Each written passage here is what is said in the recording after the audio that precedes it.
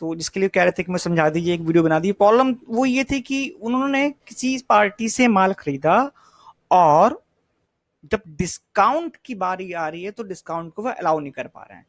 Exact में क्या था कि जैसे कि उन्होंने सपोज कोई रिचा ज्वेलर्स हैं, उन्होंने वहां से 1-1 लाख रुपए की 2 बिलिंग करा ली।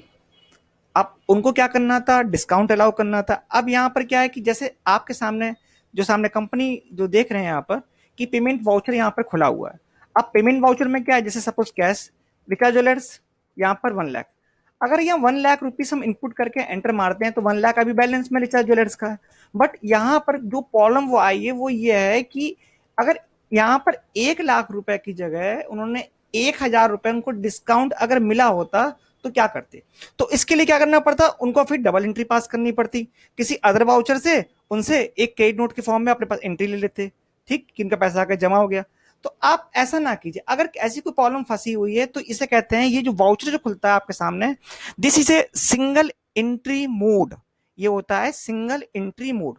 आप अपने इस मोड को चेंज कर लीजिए, वरना आपको एक ही एंट्री को 2 बार करना पड़ेगा।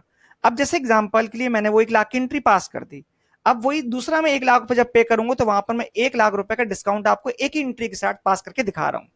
तो यहां से आपको जाना पड़ता है कन्फिगर में, कन्फिगर पॉइंट मिलता है आपको कॉर्नर में F12 के अंदर।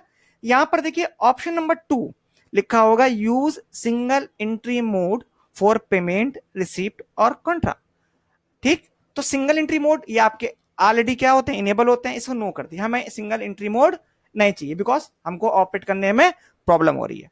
तो सिंगल एंट्री मोड को हमने करा और एंटर एंटर मार के यहां से सेव कर दिया। अब देखिए आपके सामने जो मोड था थोड़ा चेंज हो चुका है, थोड़ा सा लेआउट चेंज हो गया। एक बार हम इस वाउचर से बाहर निकलिए, वापस इसी वाउचर में फिर से आइए अपने पेमेंट में। अब हमने क्या करा, रिचा ज्वेलर्स को क्या करा, पेमेंट करी। अभी पेमेंट से इस वाली में आपको 1,000 रुपए साथ में अलाउ करके दिखा दे रहा हूं, जिन भाई की प्रॉब्लम थी जो फंसी हुई थी।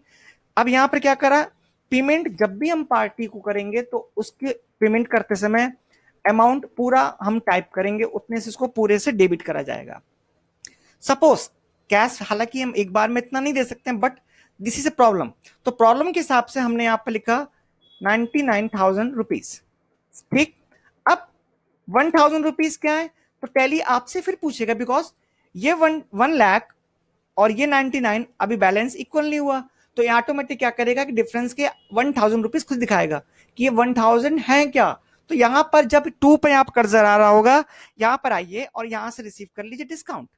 अगर हम किसी भी पार्टी को पेमेंट करते हैं तो डिस्काउंट हमेशा आपको रिसीव होता है।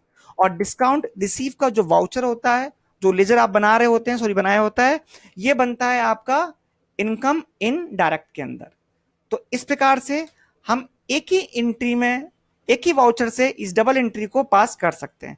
अब यहां पर देखिए रिचा ज्वेलर्स का बैलेंस हमारा नील हो गया है, कैश में से हमारे पास से 99 गए हैं और डिस्काउंट के हमारे पास 1,000 यहां पर आ चुके हैं। तो इसी प्रकार से जो पहली वाली एंट्री जो हमने 1 लाख की पास की थी, उसको भी हमको ऐसे ही पास करनी चाहिए थी और कुल आपका डिस्काउंट रिसीव आपका हो जाता 2,000। तो आई होप आपकी प्रॉब्लम सॉल्व हो गई है।